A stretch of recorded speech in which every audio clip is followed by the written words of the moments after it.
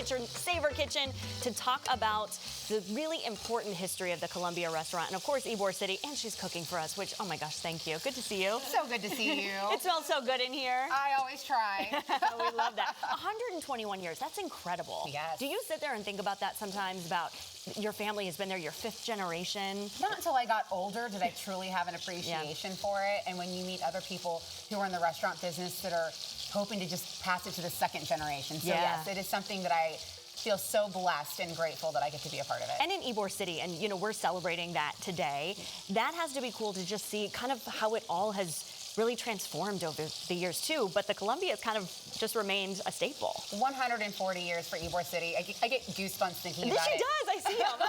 Thinking about my great-great-grandfather who came in the early 1900s to pursue his dream, like so many other people, and that Ybor City is still here, known as the Latin Quarter, and I think one of 3 historic districts that are in the United States. Yeah, and the menu of the Columbia also really has a lot of that history in it. It does, without a doubt. Our dish that we're cooking today, chicken and yellow rice, or arroz con pollo. I'm glad she said it. Say it again, it sounds so pretty. Arroz con pollo. It's been a staple at the Columbia restaurant as long as I've been alive. I'm pretty sure always it's been there. It's a staple at my house, and it's super easy to make. You even said, you were like, well, now I want to make this for dinner. I do. It is a favorite at my house. My daughter loves it. There's lots of variations you can do with it. At the Columbia, we use a half a chicken.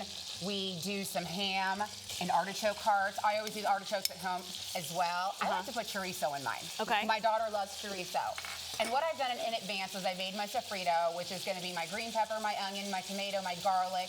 And that's what makes this dish so easy to make, especially if you're entertaining, because you make your sofrito in advance. All you have to do is brine your chicken and you pop it in the oven, and about 45 minutes later, dinner is done. All right, you're talking about sofrito like I know what I'm talking, like I know what I'm doing. So how do you do it? So sofrito, you saute your onions, your garlic, tomato. You start in this pot. That way it's a 1 pot. Love then that. I throw it over here and I add my chicken broth. So it depends on what ration I'm using of the rice. Of course, it's a 1 to 2. So if I'm going to be using 1 cup of rice, I'm going to put 2 cups of broth in here. Okay. I go ahead and put my saffron in there as well, so I get that beautiful yellow color. You can make this in the morning and leave it on your stove and just letting it sit until you're ready to do this. Okay, that's easy. What makes it so easy. I browned my chicken. I'm going to throw my rice in. I use long grain rice at home. We use imported Spanish rice at the Columbia, of course we do. And then we're going to pour our sofrito in. Love that it's 1 dish. I mean, technically 2, but my gosh, how easy is that? And that is what's so great about it.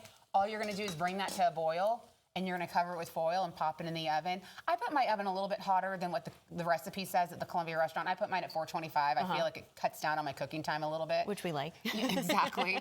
But just keep an eye on it. I always say check it every 30 minutes or check it in 30 minutes and see where you're at. Yeah. But then, when you're done and you come to the Columbia restaurant, you have this beautiful dish done.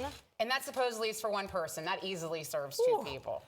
That looks beautiful. That was really easy. It is so easy. I promise you it is. We love when it's something easy like this. And there's so many amazing just traditions that are happening at the Columbia too. Absolutely. We're just happy to be part of the 140th anniversary. I know. We're celebrating 121 for ourselves, and just proud to be part of the community. Yeah, and we're proud to have you here. It's so nice to have you here too, to talk about that, because your family has been a part of Ybor City for so long. And I think the 2 go hand in hand. Well, I would like to think that there will never be an Ybor without the Columbia restaurant. Absolutely. And all of the other places that the Columbia is as well across our state. Yes, we are so happy. We go as far north as St. Augustine. We go as far south as Sarasota.